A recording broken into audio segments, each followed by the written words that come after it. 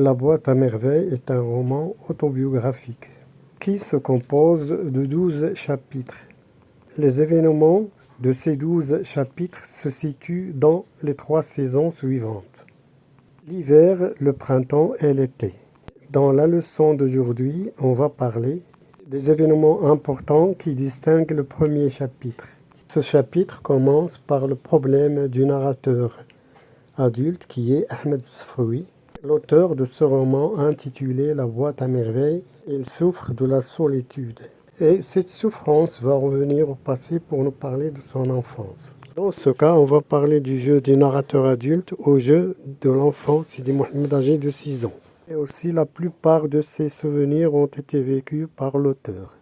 La première chose que va faire le petit narrateur, c'est de nous parler de l'endroit où il habite, et qui se trouve tout précisément à Fès, dans l'ancienne ville, à Dar Chouafa. Et le nom de Chouafa se rapporte à Tante Kenza la voyante, qui habite au rez-de-chaussée. Elle était très connue dans le quartier. Et Kenza la voyante et Abdallah l'épicier exerçaient une grande influence sur Sidi Mohamed. Il enrichissait l'imagination du petit garçon par le biais de la superstition du premier personnage et les récits fantastiques du second personnage. Ensuite, Sidi Mohamed présentait les autres locataires du premier étage, c'est-à-dire Rahma, son mari Driss Laouad et leur fille Zineb, qui était plus âgée que Sidi Mohamed d'un an.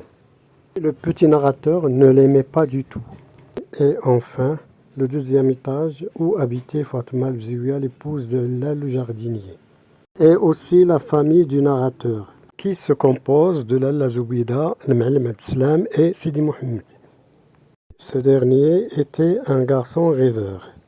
Il vivait dans un monde imaginaire. Il possédait une boîte d'où venait le titre du roman La boîte à merveilles. Cette boîte contenait des objets hétéroclites, dont la valeur matérielle est sans importance: cabochon, boutons, clous, épingles. Et ces objets qu'il admirait tout le temps, car il était le seul garçon de son âge de la famille de Dar Chouafa.